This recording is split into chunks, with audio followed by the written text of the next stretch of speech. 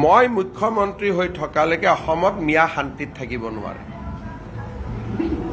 এইটো পাক্কা কথা। মিয়া শান্তিত থাকিব নোৱাৰে। যিসকল মিয়া সন্দেহযুক্ত নাগৰিক তেওঁলোকক কষ্ট দিয়াই মোৰ কাম।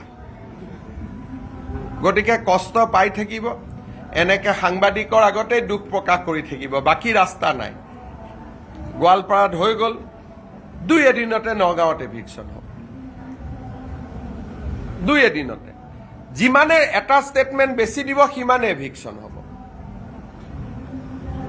আমাৰ বিৰুদ্ধে নকলে শান্তিত থাকিলে বেলেগ কথা। সন্দেহযুক্ত মিয়াৰ কোনো শান্তি নাই অসমত। মই মুখ্যমন্ত্ৰী থকালৈকে মোৰ ঘৰত আহিলেও শান্তি নাই, জুবিনৰ সমাধিত গ'লেও শান্তি নাই, গৌৰৱ গগৈৰ মিটিঙত গ'লেও শান্তি নাই, ৰকিবুল হুছেইনৰ মিটিঙত গ'লেও শান্তি নাই। মুঠতে মিয়াৰ শান্তি নহ'ব। মিয়াৰ